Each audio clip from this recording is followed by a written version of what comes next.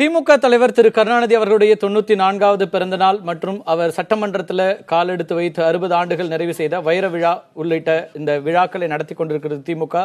தேசிய அளவில் பல்வேறு கட்சிகளுடைய தலைவர்கள் பங்கெடுத்திருக்கிறார்கள்.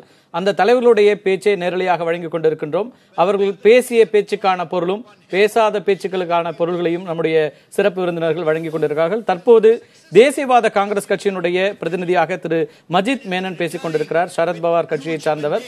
அவருடைய பேச்சை கேட்டுட்டு தொடர்ந்து நம்ம விவாதிக்கலாம். Such leaders are very few to count on fingers among us today. He has crossed 90s, he is in his 90s. Although he was very much required for this country in last 5 to 6 decades. But I would appeal to all DMK leaders and his well-wishers and friends that his presence is all the more needed now in times of crisis. I am sure his presence will inspire other leaders. He will continue to guide us. He will continue to contribute in the best interest of country when the wind is otherwise blowing, which is trying to divide the country, which is trying to impose upon this democracy fascism, racism, communalism. And I think this tall-statured leader for whom we are all here, his one personality is enough to stop this adverse wind. I am hopeful that the manner in which DMK has now bounced back, in the next assembly election, DMK will have its chief minister. I have no doubt about it at all.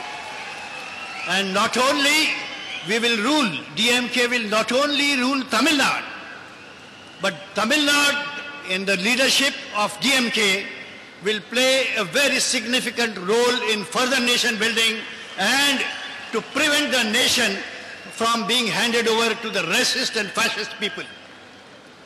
I pray that Karunanidhi ji has good health and he lives long to guide us, to show light to us, to be with us and contribute for Indian nation.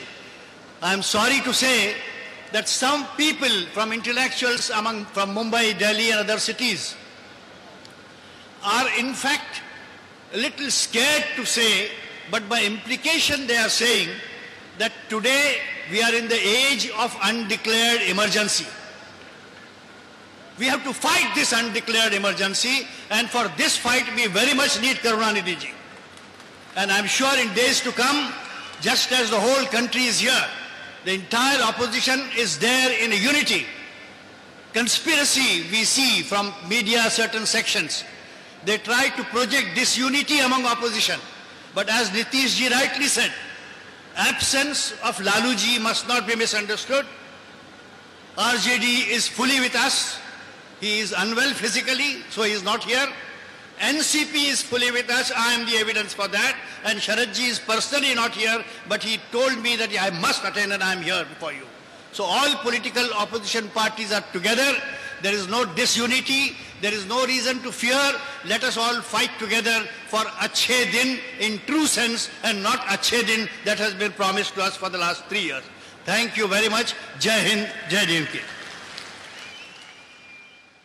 தேசியவாத காங்கிரஸ் கட்சியினுடைய பிரதிநிதி அஜித் மேமன் பேச்சு நிறைய விஷயங்களை குறிப்பாக நேரடியான அந்த அரசியல் கருத்துக்களை அவர் தெளிவுபடுத்தியிருக்கிறார்னு சொல்லலாம். இந்த கூட்டத்தினுடைய நோக்கத்துல நம்ம தொடர்ந்து பேசிட்டு இருக்கோம். திரு டி ராஜா முன்வைத்த பல்வேறு கருத்துக்களை ஒட்டி திரு தேசியவாத காங்கிரசினுடைய அவருடைய கருத்தும் இருக்குதா பார்க்க முடியுது. இல்ல, தேசியவாத காங்கிரஸ் இந்த ஸ்பீச் எதிர்பார்த்த ஸ்பீச் தான். ஏன்னா அவங்களுக்கு இந்த மதசார்பின்மை அப்படிங்கிற பிளாட்ஃபார்மை அவங்க அதிகமா முன்னிறுத்தி அதை பேசுறதுக்கான வாய்ப்பு இருக்கு அப்படிங்கறத எதிர்பார்க்கிறது.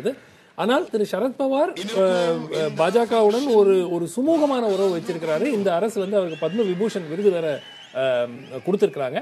ஸோ அந்த அடிப்படையில் பார்த்தீங்கன்னா இது திரு மஜித் மேமன் அந்த கட்சியினுடைய அபிஷியல் ஸ்டாண்ட் ரீதியாக அவர் பேசியிருக்கிறாரு. அப்கோர்ஸ் திமுக அடுத்த தேர்தலில் வெற்றி பெறும் என்ற நம்பிக்கை இருக்கிறது அப்படின்னா வேற சொல்லியிருக்கிறாரு. ஸோ இது என்சிபி அப்கோர்ஸ் ஒரு தேசிய அளவில் ஒரு மிகப்பெரிய ஒரு சக்தின்னு சொல்ல முடியாது. மகாராஷ்டிராலேயே அவங்க கிராஜுவலா அவங்களுடைய இன்ஃப்ளூயன்ஸ் குறைஞ்சிட்டு இருக்கு. இப்போ இவர் திரு மணி இதுல ரொம்ப குறிப்பா நீங்க திரு ஸ்டாலின் முதல் முறையாக ஒரு இத்தனை பெரிய கூட்டத்தை கூட்டுகிறார்.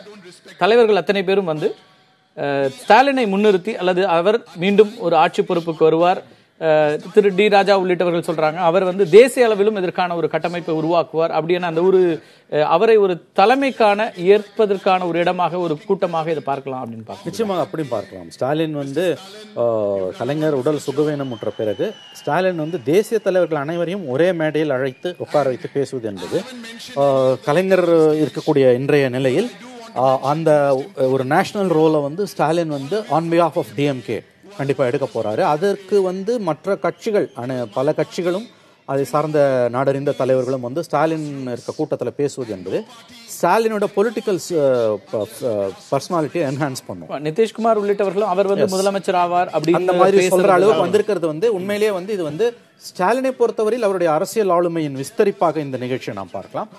அந்த குறிப்பா மஜித் மேனன் சொன்னதை நான் ஒரு பாயிண்ட் சொல்ல விரும்புறேன். டி ராஜா கூட சொல்லல, ஃபேசிசம்ன்ற வார்த்தையை மஜித் மேனன் சொல்லியிருக்காரு. அன்டிக்ளேர்ட் எமர்ஜென்சி இருக்காரு. இது ரெண்டு முக்கியமானதான். சரத்பவார் டில்லி டாலிங்கா இருந்தாலும் மஜித் மேனன் வந்து full fledged assault on Modi பண்ணிருக்காரு. ஆகவே ஒருவர் டி ராஜா பேசுறாரு, அப்புறம் கொஞ்சம் ஸ்ருதி குறைஞ்சு நிதிஷ் பேசுறாரு, இப்ப மறுபடியும் இவர் ஏறி அடிக்கிறாரு. அப்படிதான் நம்ம பார்க்கணும். என்ன சொல்றாருங்கிறது சுவாரஸ்யமா முக்கியமா. மம்தா பானர்ஜியோட நிலை என்ன, அவங்க இந்த கூட்டத்துல என்ன கருத்தை சொல்ல விரும்பி இருக்காங்க அப்படிங்கறதையும் மம்தா பானர்ஜியோட பிரதிநிதியாக டெரிக் ஓப்ரையன் என்ன பேசுறாங்க. Beautiful stories from his life, but we also want to add that Stalinji, when you do go back to the hospital tomorrow, please convey our warmest good wishes for health and happiness to your father, so he gets well soon, and we wish him well. There are some big issues, and I thought in these few minutes, because Dr. Kalaignar always believed in raising big issues, and when I was doing some study, I found out there are a lot of common issues which he raised earlier and now which are raised in other states, including my state of Bengal. The first issue, very close to his heart, was women's reservation. We want the women's reservation bill. We want it fast. And if the women's reservation bill has not yet come, I am proud to let you know that the Trinamool Congress already has 34% of its Lok Sabha MPs who are women. We believe in women power, and I know the DMK also believes in women power. So more power to women. Cattle ban. This is a country which believes, we truly believe, you can eat what you want, you can wear what you want. The decision of the cattle ban is undemocratic, it is unethical, it is unconstitutional. And I'm glad you raised this issue again, because these are the issues which Dr. Kalaignar has raised.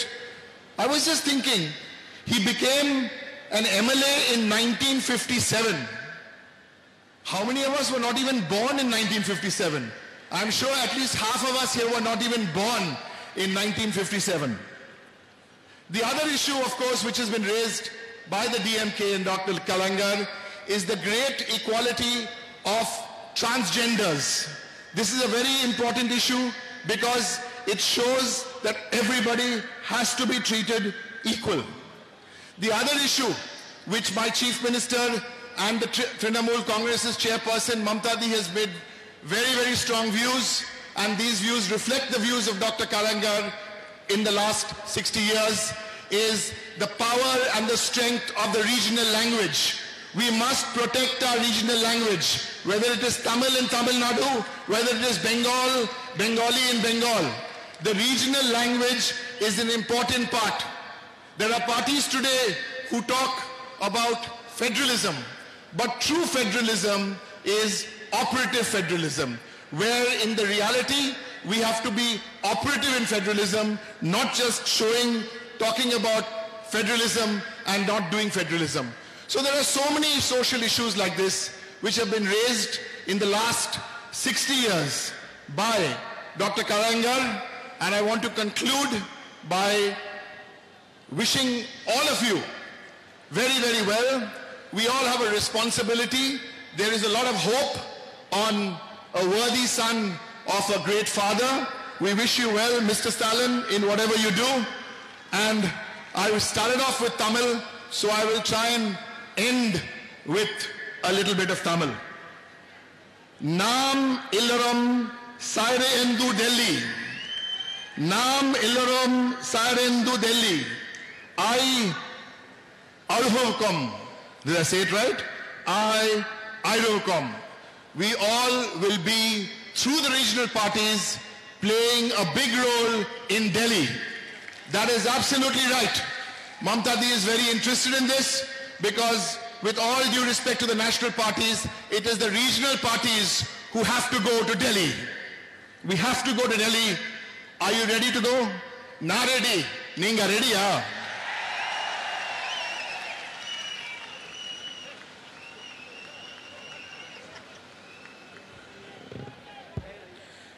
CBI general secretary மேற்கு வங்கத்தினுடைய முதலமைச்சர் மம்தா பானர்ஜியின் சார்பாக வந்திருந்த அந்த நாடாளுமன்ற உறுப்பினர் Derek ஓப்ரையனுடைய மிக முக்கியமான ஒரு விஷயமா இருக்கிறது, பிராந்திய கட்சிகள் டெல்லியில கோலோச்ச வேண்டும், அதற்கு நாங்கள் தயாராக இருக்கிறோம், நீங்கள் தயாராக இருக்கிறீர்களா என்கிற கேள்வி கேட்டுக்க டாக்டர் சுமன் 3-4 விஷயம் டச் பண்ணாரு. ஒன்னு வந்து பெண்களுக்கான இடஒதுக்கீடு, அதுக்கு பிறகு திருநங்கைகளுக்காக தமிழ்நாடு அரசு கலைஞர் தலைமையில் இருக்கும்போது எடுக்கப்பட்ட அந்த வாரியம் அமைக்கப்பட்டது, அதை பத்தி காம்ப்ளிமெண்ட் பண்ணாரு. அப்புறம் அந்த மொழி, தமிழ் மொழி ஒவ்வொரு ரீஜன்லயும் அந்தந்த மொழிக்கு முக்கியத்துவம் கொடுக்கறது வரவேற்கத்தக்கதுன்னாரு. கடைசியில அவர் முடிக்கிறதா முக்கியமா, அதாவது ரீஜனல் பார்ட்டிஸினுடைய முக்கியத்துவம், அதாவது ஒவ்வொரு மாநிலத்தில் இருக்கிற அந்த மாநில கட்சிகள் அவர்கள் தான் டெல்லியில் போய் சேர்ந்து ஒரு ட்ரூ ஃபெடரலிசத்துக்கு அதை கான்ட்ரிபியூட் பண்ணலாம் அப்படிங்கிற ரீதியா பேசினாரு. இவரும் வந்து ஒரு சேஃப் ஸ்பீச் அப்படின்னு தான் சொல்லலாம். அவர் வந்து ஒரு பெரும் அளவில் ஒரு அரசியல் ரீதியாக திரிணாமுல் காங்கிரசுக்கும் திமுகவுக்கும் ஒருமித்த கருத்து இருக்கிற விஷயங்களை பற்றி தான் அவர் பட்டியலிட்டாரு. பிளஸ் அவர் கலைஞர் எடுத்திருக்கிற சில நடவடிக்கைகளை அவர் குறிப்பிட்டாரு. சோ இதுவும் ஒரு சேஃப் ஸ்பீச்னு சொல்லலாம். பொலிட்டிக்கல் சிக்னிஃபிகன்ஸ் ரொம்ப இல்ல டெரிக் ஓப்ரையன் ஸ்பீச்ல. ரைட். இந்த அமர்வில் நம்மோடு மூத்த பத்திரிகையாளர் திரு லெனின் இணைகிறார். மணி அவர்கள் விடைபெற்றிருக்கிறாரு. திரு டெரிக் ஓப்ரையன் சொன்னதுல இந்த ரீஜனல் பார்ட்டிஸோட பார்ட்டிசிபேஷன் இன் டெல்லி பாலிடிக்ஸை பத்தி ரொம்ப முக்கியமா சொல்றாரு. தொடர்ந்து திமுக கடந்த காலங்களில், கடந்த 20 ஆண்டுகள்ல திமுக அதிமுக இரண்டுமே முன்னெடுத்த விஷயங்கள், இதை நீங்க எப்படி பாக்குறீங்க? மாநில கட்சிகளுடைய முக்கியத்துவத்தை வந்து டெல்லிக்கு உணர வச்சதே வந்து தமிழகம் தான். ஏன்னா முதலாக ஒரு மாநில கட்சி இந்தியாவில் அது வந்து அந்த மாநிலத்தில் ஆட்சியை பிடிக்க முடியும் அப்படிங்கிறத வந்து திமுக வந்து நிரூபிச்சது 1967. அதன் பிறகு தொடர்ச்சியாக பார்த்தீங்கன்னா 89க்கு பிறகு தேசிய முன்னணி தொடங்கிய பிறகு, அதை வெற்றி பெற்ற பிறகு பார்த்தீங்கன்னா இந்தியா முழுக்க மாநில கட்சிகளுடைய செல்வாக்குங்கிறது வளர்ந்துருக்கு. இப்போ நீங்கள் எடுத்துக்கிட்டிங்கனாலும் காஷ்மீரில் ஆரம்பித்து பல மாநிலங்கள் பக்கத்தில் இருக்கிற ஆந்திரா, தெலுங்கானா, எங்கே பார்த்தாலுமே அந்த மாதிரியான மாநில கட்சிகள் அல்லது தேசிய கட்சிகள்லேயே மாநில தலைவர்களுடைய செல்வாக்கு அப்படிங்கிறதெல்லாம் ரொம்ப வளர்ந்துருக்கிற நேரத்தில் இந்த 3 ஆண்டுகளில், அதாவது 2014க்கு பிறகு மத்தியில் பாஜக அரசு வந்த பிறகு இந்த 3 ஆண்டுகளை பொறுத்தவரை அது வந்து ஒரு தேசிய அளவில் ஒரே கட்சி இருக்கணும், அது முழுமையான செல்வாக்கில் இருக்கணும் அப்படிங்கிற எண்ணத்தில் தான் அவங்க போகிறாங்க. அதுக்கான தேர்தல் வெற்றிகளும் அதுக்கு வாய்ப்புகளும் அமையுது. அண்மையில் உத்தரப்பிரதேசத்தில் நடந்த தேர்தலில் அவங்களுக்கு பிஜேபிக்கு கிடைத்திருக்கக்கூடிய அந்த பெரிய வெற்றிங்கிறது இனி வந்து மாநில கட்சிகளுக்கு வேலை இல்லை அப்படிங்கிறது. பொதுவாகவே மாநில கட்சிகள் மேலே அந்த ஊழல் குற்றச்சாட்டு எளிதாக அது வந்து சொல்லப்படும். அது வந்து மிகப்பெரிய அளவில் அது வந்து தாக்கத்தையும் ஏற்படுத்தும். ஊழலே இல்லைன்னுலாம் நம்ம வந்து மறுத்துட முடியாது. நிர்வாகத்தில் வந்து எல்லா நிர்வாகத்திலையும் ஊழல் இருக்கும். ஆனால் மாநில கட்சிகள் செய்கிற ஊழல்ங்கிறது எப்பொழுதுமே வந்து பெரிதாக்கப்படும். 1970களிலேருந்தே தொடர்ந்து கொண்டு இருக்கிறது. இப்போ மம்தா உடைய கட்சியை சேர்ந்த பிரையன் வந்து அதை பேசியிருக்காரு அப்படிங்கும் பொழுது அங்கே மேற்கு வங்கத்தில் 2வது முறையா இப்ப அந்த மாநில கட்சி வந்து மேல வந்திருக்குது. நம்ம அவரது தொடர்ந்து பேசலாம். திரு நாராயணசாமி பேச தொடங்கி இருக்கிறார். புதுச்சேரி முதலமைச்சர், காங்கிரஸ் கட்சியினுடைய மூத்த தலைவர்கள் ஒருவர். அவருடைய பேச்சை கேட்டு தொடர்ந்து நம்ம பேசலாம். தமிழ் மக்களுக்காக அனைத்து திட்டங்களையும் நிறைவேற்றியவர். அவருடைய வயது 94. அரசியல் பயணம் 80 ஆண்டுகள், சட்டமன்றத்திலே 60 ஆண்டுகள், திராவிட முன்னேற்ற கழக தலைவராக 50 ஆண்டுகள் என்று உலக சரித்திரம் படைத்த டாக்டர் கலைஞர் அவருடைய இந்த வைர விழாவிலே அவரிடம் ஆசி பெறுவதற்காக நான் வந்திருக்கிறேன். குறிப்பாக உலகத்தில் இருக்கின்ற எந்த தலைவராக இருந்தாலும், எந்த அரசியல் தலைவராக இருந்தாலும் தொடர்ந்து 14 முறை வெற்றி பெற்ற அரசியல் தலைவர் உலகத்திலே இல்லை.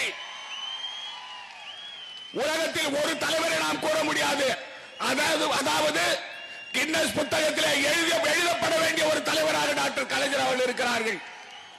அது மட்டுமல்ல, நான் மரியாதைக்குரிய காதர் மொய்தீன் ஐயா அவர்கள் சொன்னது போல டாக்டர் கலைஞர் அவர்கள் பாரத ரத்னா மரியாதைக்குரிய மாநில அரசு, மத்திய அரசு அவரை கொடுத்து கௌரவிக்க வேண்டும் என்று நான் உங்கள் சார்பாக கேட்டுக் கொள்கிறேன்.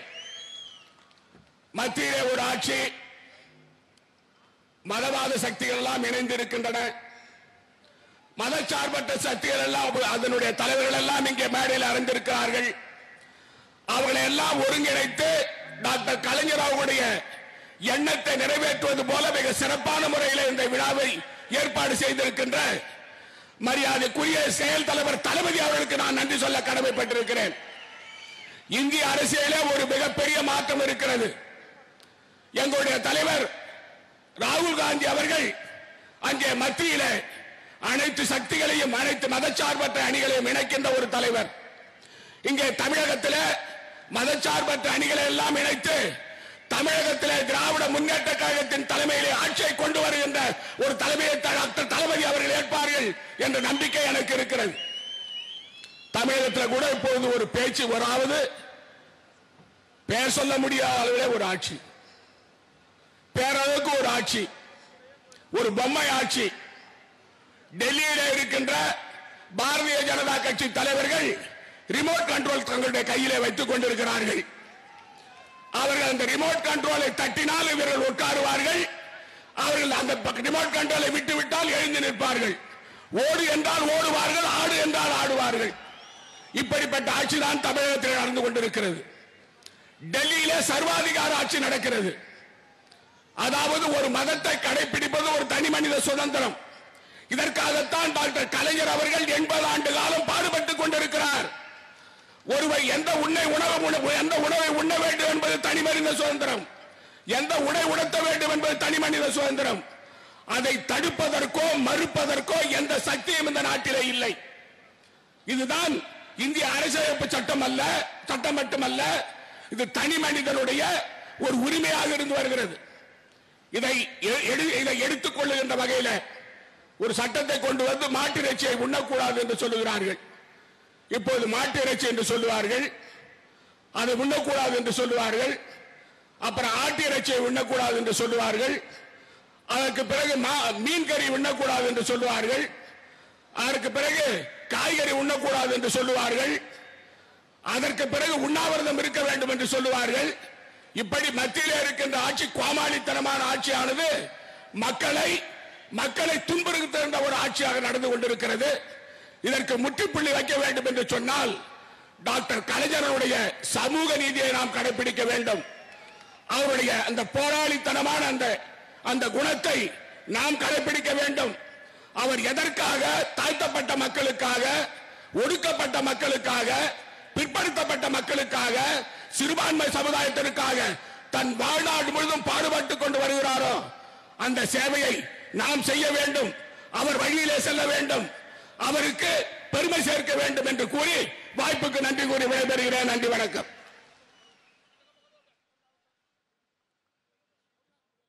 திரு நாராயணசாமியோட உரை எதிர்பார்த்த மாதிரி தான் இருக்கு. இந்த மதச்சார்பற்ற தன்மை, மதச்சார்பற்ற தலைவர்கள் எல்லோரும் ஒருங்கிணைந்திருக்கிற ஒரு மேடையாக இது இருக்கிறது அப்படிங்கிற அந்த பார்வையை குறிப்பிட்டு போயிருக்கிறாரு. திரு கருணாநிதி அவர்களுக்கான புகழ் மாலை என்பதும் சொல்லப்பட்டிருக்கிறது. நிச்சயமா, ஏன்னா காங்கிரஸினுடைய ஏற்கனவே கூட்டணியில் இருக்கிற ஒரு கட்சி அப்படிங்கிற அடிப்படையில் அவங்க பிளஸ் அப்கோர்ஸ் பாஜகவினுடைய பிரதான எதிரியாக இருக்கிற கட்சி. அதனால இந்த ஸ்பீச்சில் எந்த விதமான ஒரு சர்ப்ரைஸ் எலிமெண்ட் இருக்கிற மாதிரி நம்ம பார்க்க முடியாது.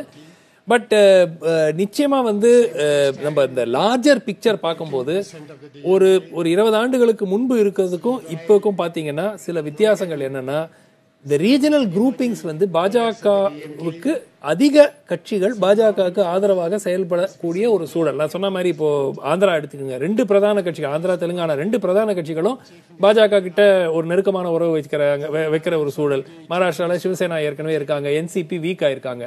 அதே மாதிரி அகாலிதள் பஞ்சாப்ல பல ஆண்டு காலமாக பாஜகவுடன் இருக்கிறாங்க. சோ பிரதான கட்சிகள் இப்போ நிதிஷும் is keeping is options open. So அந்த மாதிரி இருக்கிற ஒரு சூழல்ல இந்த கிராண்ட் அலையன்ஸ் நம்ம எதிர்பார்க்கிற அளவுக்கு உருவாகுமா? இடதுசாரி கட்சிகளுக்கு அவங்களுடைய ஸ்ட்ரென்த்தே பெருமளவுல குறைஞ்சிருக்கு. பெங்கால்ல கிட்டத்தட்ட இப்ப 3வது இடத்துல இருக்கிற ஒரு கட்சியாக வந்தாச்சு. கேரளா, திரிபுரா 2 மாநிலங்கள்ல தான் ஆட்சியில் இருக்கிற கட்சி. ஸோ அதனால வந்து அவங்கள வந்து ஒரு பெரிய force, pan India force, ideology wise கட்சியுடைய தொண்டர்கள் அடிப்படையில் வந்து நம்ம எடுத்துக்கலாமே தவிர ஒரு வாக்கு வங்கியாக இடதுசாரிகள் வந்து ஒரு பெரிய ஒரு ஃபோர்ஸா கிடையாது. அவ்வளவு ஃபோர்ஸா வரலனாலும் அவங்க ஒரு ஒருங்கிணைக்கிறதுல அல்லது இந்த செக்யூலரிசம் அப்படிங்கிற அந்த போர்ஷன்ல கொண்டு வர்றதுல எல்லா கட்சிகளையும் தேசிய அளவில் ஒருங்கிணைக்கிறதுல ஒரு முக்கியமான ஒரு ரோல். ஒருவேளை இன்னைக்கு யெச்சூரி அவருடைய பேச்சில் அவர் என்ன நிலைப்பாடு எடுக்கிறார் அப்படிங்கறத ஒட்டி திரு ராஜாவுடைய வார்த்தையை பொறுத்த வரைக்கும் அவர் திமுகவை அப்படியான ஒரு விஷயத்தை முன்னெடுக்க சொல்றாரு. தமிழ்நாட்டில் மட்டும் இல்ல, தேசிய அளவிலையும் நீங்க வந்து ஒரு இதுக்கான முயற்சிகளை முன்னெடுக்க வேண்டும் அப்படிங்கிற கோரிக்கையை அழுத்தமா வைக்கிறார். சுதாகர் ரெட்டி பேசுறாரு. இவர் என்ன திரு ராஜாவுடைய ரீதியாகவே வந்து அவர் சொல்ல போறாரா, இல்ல சிபிஐனுடைய தேசிய தலைவராக இருக்கிறவர் என்ன ஆங்கிள் எடுக்கிறாருங்கிறத பார்க்கலாம். Karunanidhi on his 94th birthday. This is also an occasion to celebrate his 60 years in the Legislative Assembly as a member uninterruptedly getting elected in Tamil Nadu Legislative Assembly. It is not small achievement. It is not that he was a silent spectator in the legislature.